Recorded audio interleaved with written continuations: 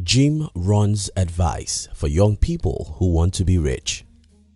When I was around 12, there was an old poor man in my town.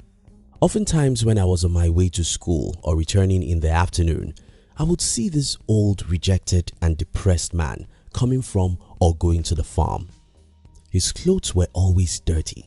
He walked slowly because he was probably in his late 70s and he rarely smiled. Whenever I saw that man, I would tell myself, I would rather die young than to be old and be like this man.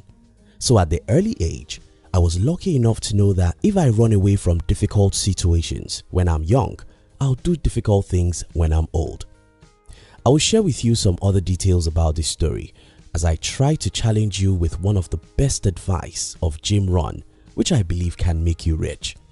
Now, if you're new here, consider subscribing so you won't miss other interesting videos like this. Here's the thing.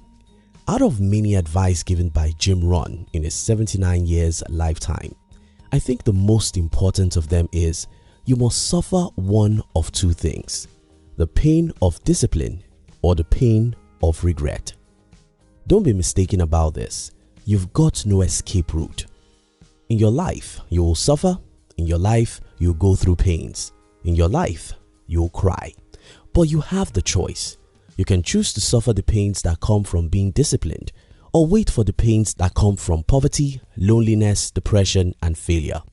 You must suffer one of two things: the pain of discipline or the pain of regret. Tomorrow is far. I once watched a young man on TV who was doing what was obviously wrong. When he was asked how he would feel at 70, looking back at his present errors, he said, "Well, I still have about 50 years before I regret." This sounds so stupid, but we all do similar things in our life because we think that tomorrow is far. Don't deceive yourself. Tomorrow is now. If you are too young, go and ask people who are 50 and above. I tell you, these people didn't know how they clocked 50 because time goes so fast. I once read a quote from Robert Kiyosaki that went something like, "If you know what it means to be old, you would live well when you are young." I think you should think about that and be willing to go through the pains of discipline now. The truth is, most young people don't know what it means to be old. Being old means that many of your friends have died, many are sick so they cannot leave home, many are too old to even think of visiting you, so you are lonely. You may also have one or two health challenges which need a lot of money to manage. There are so many worries in your old age than to still worry about money or to have regrets about missed opportunities. Why we hate discipline. By nature, humans are lazy. I mean, all of us are. We love the TV and not the boring books. We love the social media and not the workout. We prefer the talking and complaining and never the grinding and pursuing. We love the ease and the comfort zone and not the harsh world. That's why we avoid the pains of discipline. But your life will change right now if you can think about this. Well, there's no escape route. As human, you are like a soldier. You can never avoid battle. If you don't go out to fight, the enemy will come and attack you at home, and that will be 10 times more difficult. As humans, if you don't get out and be disciplined, if you don't do whatever you ought to do even if it's difficult, if you don't read those books, if you don't practice that music several hours every day, if you don't start that business even when it's tough, if you live like a coward and wish that your life should change by miracle, well, two things will happen. First, someone else will use you to pursue his own dreams, and just when he finishes using you, he will dump you into poverty and frustration. Seeing tomorrow. You see, I spent most part of my last 1 decade going through some of the most difficult situations you can ever imagine. And guess what? I did it on purpose. I closed my eyes when I was 21 and threw myself out. I told myself, build your own company or die trying. It was not a half-hearted decision. I had no space in my heart to make excuses or wait for a government to help me. I knew what was at stake, and that is my future and my life. I wanted freedom. I wanted a life of my own. I wanted a life which allows me to sleep and wake up at my own time. I wanted a life which will allow me work when I want to and with whom I want to. I didn't want a life that worries about money.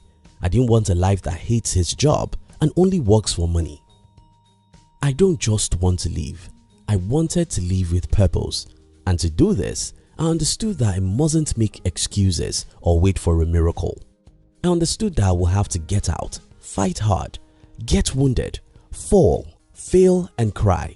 I knew that to wear a crown I had to carry a cross, and I was not afraid of the pains that come with the cross because I could see tomorrow. Most young people cannot see beyond today, and that's the reason why they complain and make excuses. If you, like me, can look around you and see old people who have died, who have lived their lives as cowards, and see the pains they are going through now, you will not be a coward. If you look around you and see people who dreamed of starting their own business all their life, but never try or gave up when they failed twice, now in their 70s, after working all their life in the jobs they hate, they are still poor, then you will understand the pains of regret. You must suffer. Yes, you must suffer one or two things, the pain of discipline or the pain of regret. Living in the world of cowards. Don't ever think that you'll see some examples of courage in your primary environment, because not many courageous people exist in the world. Most people are cowards and live their life avoiding difficulties.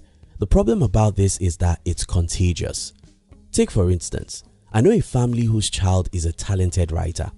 Instead of letting this child pursue her dream of becoming a great writer, the parents still want her to study normal things every other kid is studying in school. What's happening here is simple. The parents are cowards, so they cannot encourage their kids to pursue risky dreams. They know that there is no security for anyone who pursues his dreams outside the normal route everyone knows. For example, there's security for you if you study to become an accountant, because you can get a job and get paychecks for 30 years. There's security for you if you study to become a lawyer, doctor or an engineer. But there's no security for you if you want to become a musician, because you may never become a famous musician, and that means failure. There's no security for you if you want to become a writer, an athlete or an entrepreneur. In all these, you are taking a great risk, and the natural thing to do in our society is to calm down and follow the path everyone is following, or have plan B. Plan B means that even if you want to be an entrepreneur, go get a degree first, so that if you fail in business, you can easily get a job. The problem about this way of thinking is that plan B will always distract you from plan A. I left school without any degree because I didn't want to be employable. I knew if I was employable, I could easily stop pursuing my entrepreneurial dream whenever the road becomes rough. But because I had no degree, I knew that I didn't have plan B. Because I didn't have plan B, I fought with my last blood and I won. You must suffer one of two things, the pain of discipline or the pain of regret. Which would you choose? The discipline today or the regret tomorrow? Thank you so much for watching our videos.